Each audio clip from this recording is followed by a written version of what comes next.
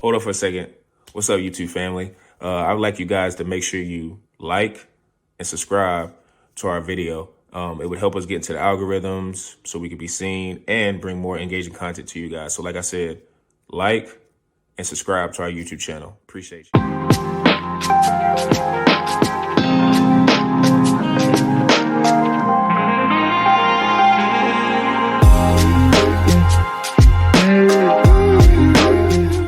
Never mind. Let's not even get into that. But yeah, let's go ahead and get to the NBA real quick. We just do a quick check-in with the NBA. Like I said, we're a couple weeks from All-Star break, and people just get your thoughts on a player or a team that's got your eye. Man, I mentioned it earlier, man. The Houston Rockets. I'm very interested to see if this team's actually legit or not. They had a huge win by Amen Thompson, that nice little floater. Yeah. Winner. Little game winner in him. Obviously, it was only like 8 feet away from the basket, but hey, man, you're beating one of the best teams in the league and the reigning champions. So, I just real quick, I think I've been the most. You guys used to talk about Sengun all the time. Yeah, Sengun. Oh yeah, man is averaging 19, 10 and a half, He's nice. and 5 assists. Zoo, a little Joakim Noah with better offensive touch in him, man. So, I mean, 48% shooting for a center, not the greatest, but I think this team, they have the youth.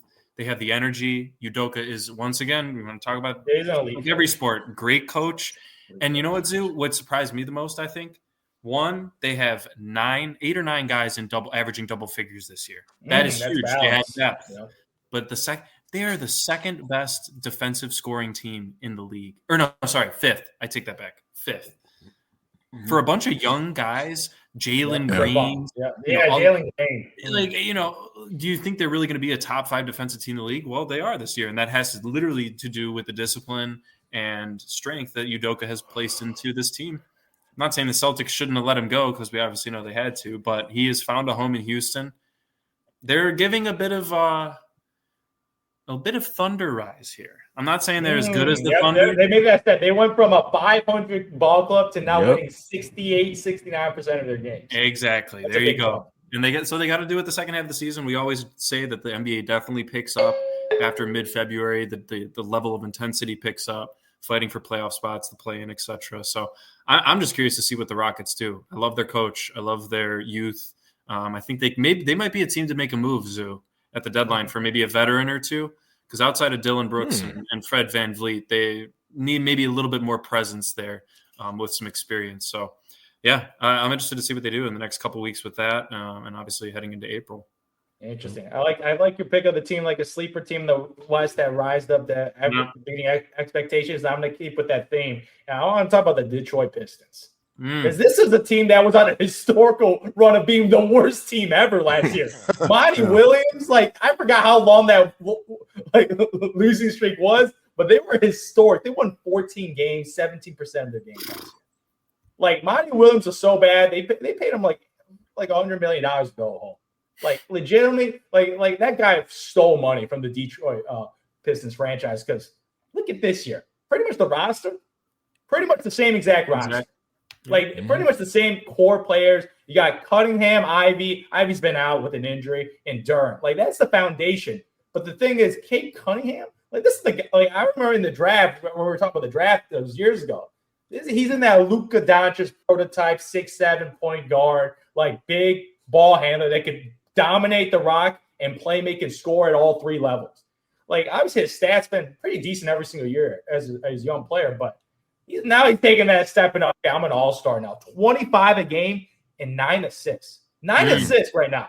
That's top 5 in the NBA right now. 9 assists. He's shooting 36% from 3. That is the thing. His three-pointer was kind of whack in the beginning of the year of his career. 31%, 28%. He was not a good three-point shooter in the NBA level, but he's taking that level where he's now at least he's an average three-point shooter. So he's carrying a bunch of young guys to a 500 ball club right now. Because if you look at the East, I'm everybody knows about the East is the least, man. The Philadelphia 76ers, the team that went all in, is not even in the play-in tournament.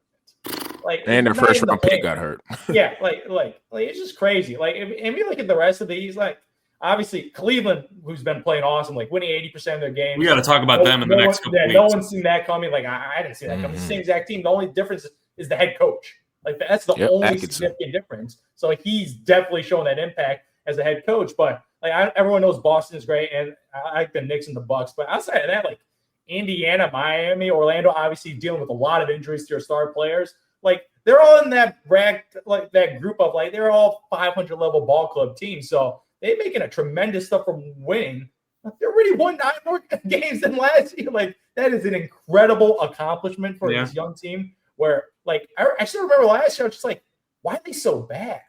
Like if you're looking on paper, they have core like foundational players. Like, this is how you build a championship. You got the primary ball handler that can score and assist. You got the big rim protector in Durant. You got the complimentary scorer in Ivy. You got the hustle player in All-Star Thompson. So you got like these foundational young players. Like I remember like this team kind of good like on paper, but they were obviously getting W's. But now they got to get a shot. They got some vets. Tobias Harris. I'm not the biggest Tobias Harris fan, but now he's making the adequate amount of money for his worth. He's a nice little veteran guy that gets his 15 points a game. Like he's like Tim Hardaway Jr. They got some vets in there to complement the young guys. That's their core team, and like they got a bright future. Like if Cade Cunningham develops in that superstar, what he's on that trajectory to do, like Detroit Pistons really got, I think, foundational pieces for them to be a terrific team, especially in the Eastern Conference, where I'm not really in love with any team that much. Like obviously Boston's been dominant for the last couple of, like pretty much the entire half decade. Boston's dominated.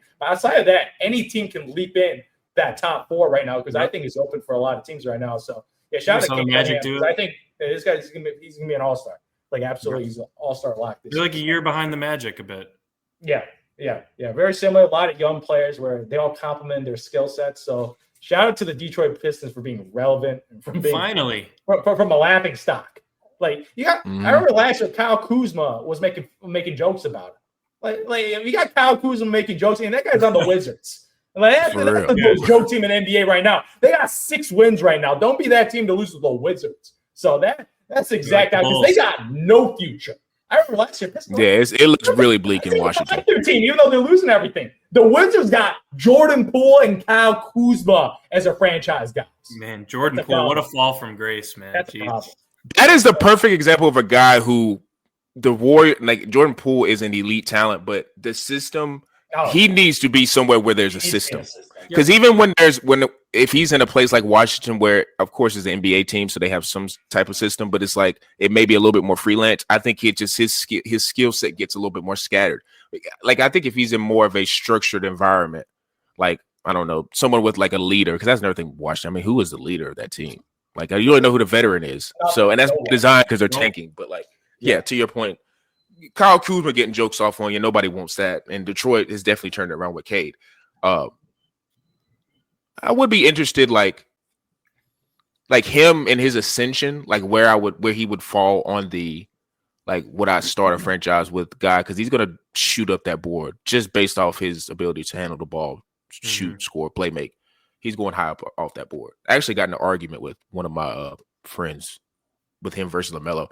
I'm more of a Lamelo stock because I just think Charlotte's a crappy organization. I think if Lamelo was on like a team with leaders and he wasn't like, you know how the teams like Udonis Haslem was for the Miami Heat, where it's like he wasn't the best player, but guys on the team respected him and he was a veteran presence. Like if LaMelo was like on a Heat team, I feel like he would be even more in a more enhanced version of himself. Like now, Cade, to your point, is with the Detroit Pistons. What kind of, leadership do they have? But that maybe some guys just need a little bit more. Cade just kind of, and I don't know the dude, but he comes off a little bit more stoic and serious about his career. Like I think if LaMelo was in a little bit more of a structured environment, I still would just tank because I'm just a big fan of elite shot making. And I think Cade, while is a great player, he's not the shot maker LaMelo is. But besides that point, to your point about Houston, P-Bush, them being as that jump that they're making this year, and I'm very high on Orlando. Like, what is the odds? Like, the odds of like Houston getting to like a conference? No, I'm not going to go that far. But what is the chance of like both of those teams getting to like a conference finals? I think it's really high. This year? And then this year I think it's really high because to Zhu's point about the teams and I want to say all of the leagues. Honestly, it's OKC, Cavaliers, Cleveland, Knicks on some nights they look really good. Boston, of course. In the West, OKC, of course, Houston. After that, it's a grab bag for me. And the same thing with the East is like kind of a grab bag. there's not a lot of like elite teams where playoff wise, if we go into like however the playoff matchups fall, it's like, oh, that team's going to dominate that team. Unless you're talking about the teams I just mentioned, like there's probably a chance for a 4-game sweep or a 5-game. But like looking at how Houston and Orlando is built, and this is just my overall point, is just combining these two teams. Like that's how I want my NBA teams to look. And I think with their youth combined with hunger, star players, like I think the best player out of both of those teams is Paolo, of course. Yeah. But even with Houston, like the thing I love about them is they have all of the depth. And not only do they have a lot of depth, they have a lot of depth with size, wing type players, a bunch of guys, 6'7", 6'5", 6'7", 6'5", guys who can be switchable. And these are not guys who are just schmucks on the defensive side of the ball. Like Amen Thompson's is probably the most athletic guard in the league. Dylan Thompson, Colin Carter's a two-way player. Tyree Eason is a two-way player. Jabari Smith, he's stretched forward, whatever, but he could anchor down in the 4 to 5 range if need be. Shagun's not really a defensive guy, but he's more of a playmaker, big, who's got a lot of skill to his game. And then, like I said, with the same thing with Orlando, we all know the guys that encompass their roster and how they play. Starting with Jalen Suggs, he sets the tone. Very similar. So for me, it's like it would not be shocking if both of those teams end up in the conference finals. It would be a massive stretch to say they go to the NBA finals because then, like I said, once you get, it's the same thing with NFL. It's like Jaden Daniels' cute story. It's like once you start getting grown men in those matchups, this is going to shift a little bit, and nerves, because nerves play a part, because then the next step is the finals if you win. But it would not shock me if both of those teams are competing in the conference finals. And I think part of that is because how they're set up roster-wise is what you ideally want. Like, even with the veteran leadership, like, I know with the Magic, it's like, who is their veteran, like, point guard, or who is that guy? It's like, I mean, Suggs is a nice defensive guy, but there's no, I guess you would say, veteran point guard like you have with the Rockets with Van Vliet. Like, Van Vliet, to me, I know they can maybe make a move. They can maybe make a move for him, but I don't know if I want to trade him because I think he would be valuable in the playoffs. Like, to me, I don't think he's Kyle Lowry. I think he could be in the playoffs and be a really, really good player. I know they're built the same and they're short and they make threes and all that crap. I know, but like, I think. Yeah, Mini Drake, literally. Mini Drake out there playing. I think he would be super valuable to that team just in terms of, because like I said, as much as we say whatever about Kyle Lowry, it's kind of funny, like Kyle Lowry's path and Fred Van Vliet's path is kind of similar. The only difference is Van Vliet won a championship. But it's like, I think his leadership would be very vital. Like in those times when they maybe get on a, they going against a team, they go on a 12-2 run, like Van Vliet getting them to play. I think that would be vital. So I hope they don't trade him. But I'm looking at those two teams, basically my point is just looking at those two teams going forward to see, like, I know Orlando's 24-24, but it's really unfortunate that Franz and Paolo was hurt early in the year. Because if they weren't hurt early in the year, I think they would be right up there with Boston and the Cavaliers, like competing around for that top three seed. And I think they'll, as the season goes on, they'll probably get to maybe 5 or 6. Maybe I don't think they're going to be able to reach top 3. Because I mean, I think what is it? Cavs got like a 5-6 game lead right now. Like they're pretty. They got a comfortable lead. Yeah, they got a comfortable lead. So, like I said, it's the Celtics. I'm not, whatever. Hangover. They're pulling the Chiefs right hangover. now. They're hangover. They already know hangover. I'm not worried about them. And like I said, it's more so the West is kind of more so than the East, because I think it's a little bit more defined. The West is seriously, like, after the OKC and Rockets, good luck. Good luck. I mean, when you got the Timberwolves and Suns at like that, I think 8, 9, 7, 8. Yep, 7, like, 8. Yeah. That's brutal. Who knows? So it's just like that is going to be the most interesting towards the, I guess, Marchish, kind of end of March, early March, whatever. Trying to see positioning, because there's going to be a lot of teams maybe losing and trying to figure out what they want to do with matchup wise, because I know people want to be in the playoffs, but it's like if you're in the playoffs and you're going against a team that's not matching up well, you don't match up well with, you may want to get to the 7 to 8 because then you maybe get the 2. Like, it's going to be a lot of that going on, because I think everybody in that West can be beat outside of. And I say a lot about Houston right now, but they can be beat because they hadn't shown me anything. They're just really good right now. OKC is the only one where it's like, okay, that's probably a 5. That's crazy, because they won 82% of their games, and they've not been healthy all year.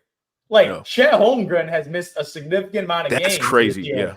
And Isaiah Hartenstein, which is 2 of their key rotation guys, and they're just they lose one, put another guy in, and they don't really miss a step, which is crazy to say because he's like their second best player, and he's out. we're 80% win team without our second They're best disgusting. player. Isn't that crazy? Doesn't matter. They're disgusting.